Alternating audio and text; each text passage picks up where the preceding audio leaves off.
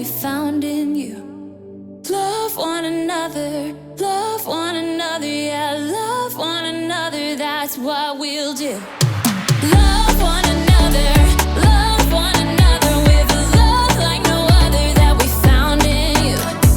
Love one another, yeah, love one another, that's what we'll do.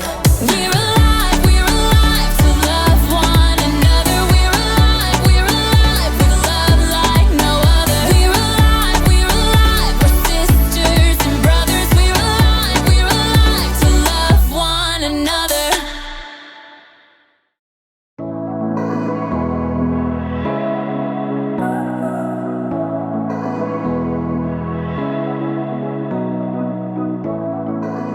What's up, everybody? Erica here, and I am so happy to have you on my block. As you can see, we've got a whole community of people living right here, working together to help each other and show compassion.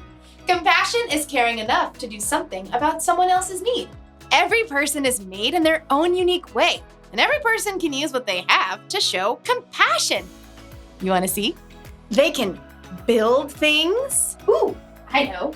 They can fix things and even make people feel safe.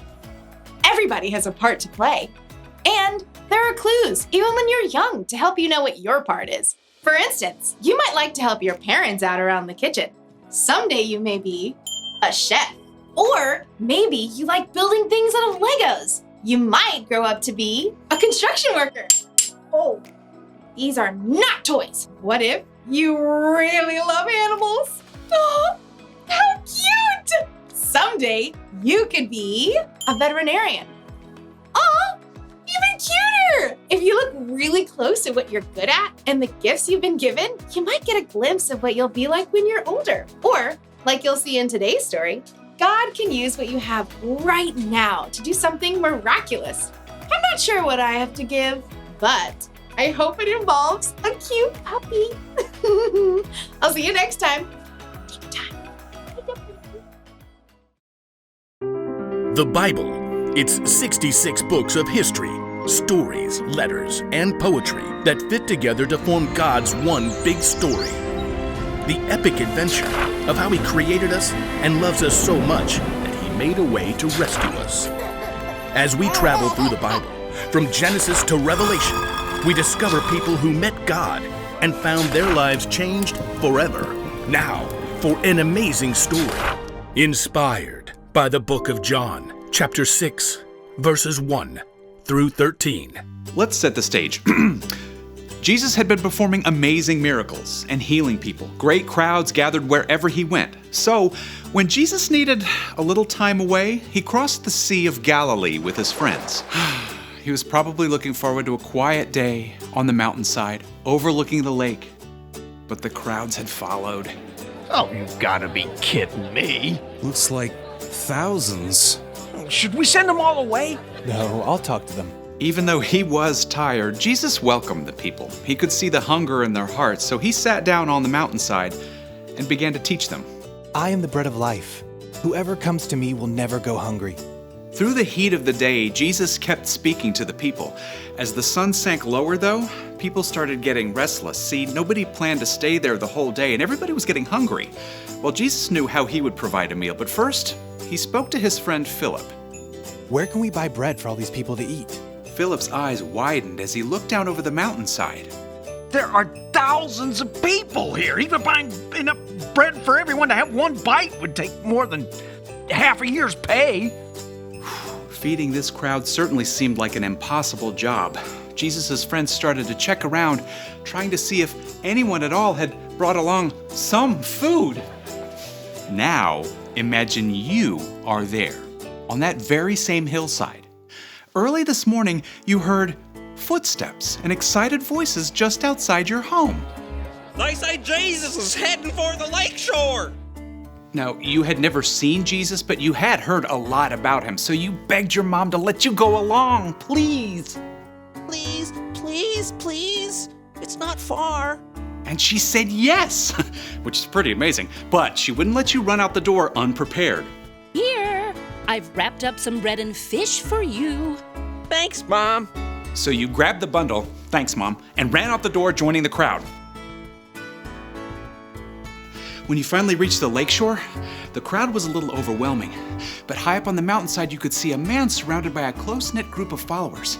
Sometimes it's good to be little, so you make your way little by little uphill through the crowd. Excuse me? After a while, you were so close. You could hear Jesus.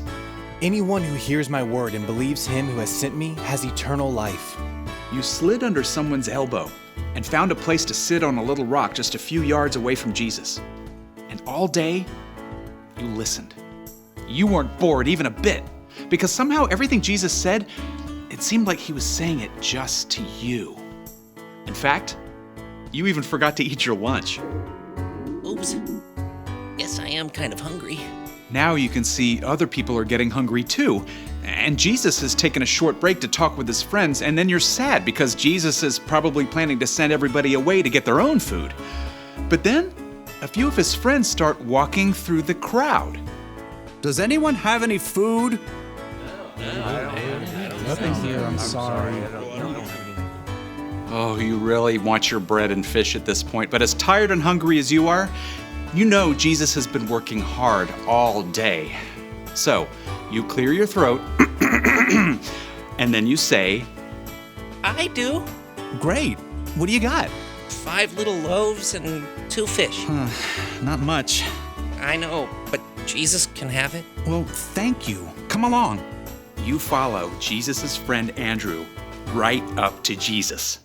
Here's a boy with 5 small loaves of barley bread and 2 small fish. It won't go far in such a large crowd. Jesus turns and looks right at you. He can see you're hungry and that you've chosen to give up your lunch anyway. And then he smiles. It's the best thank you you've ever gotten. He reaches out his hands and you give him your food. Then Jesus turns back to his friends. Have the people sit down. Jesus' friends exchanged surprised glances, but then they started gesturing to the crowd.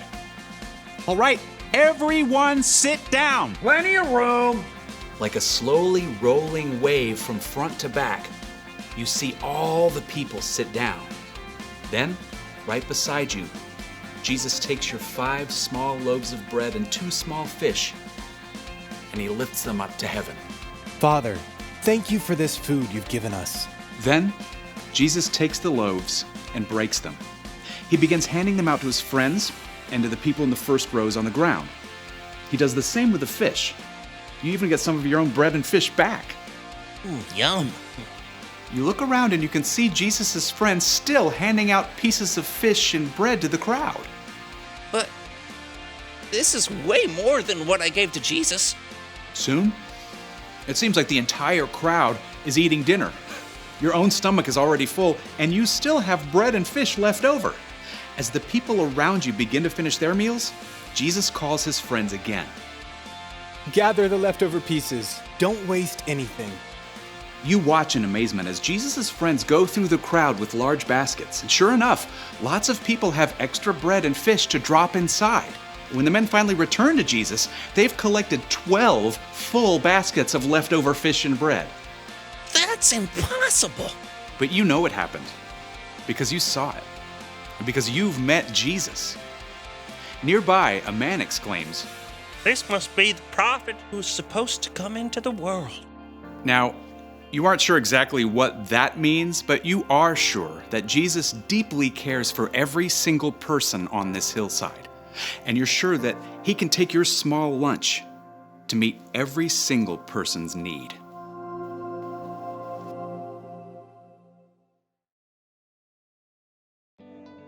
When the boy showed up to see Jesus on a mountainside with a crowd of over 5,000 people, it probably never crossed his mind that he could be part of a miracle.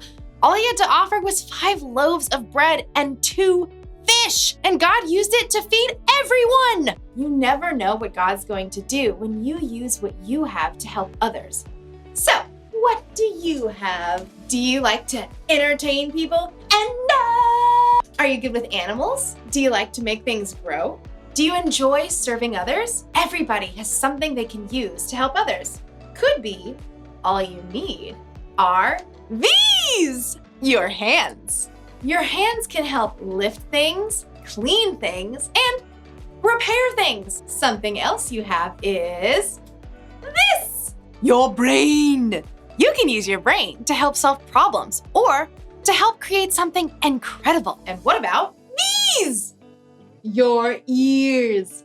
Sometimes to help others, all you need to do is listen. And then these, your elbows. I'm not really sure what you can use your elbows for. Oh, I got it. You can use your elbows to help a small child find their parents in a crowd. Excuse me. Nailed it. The one thing to remember today is this. Use what you have to help others. You don't have to wait until you're older. God can use even the smallest things to make a big difference. I just thought of another use for your elbows. The chicken dance. Your turn.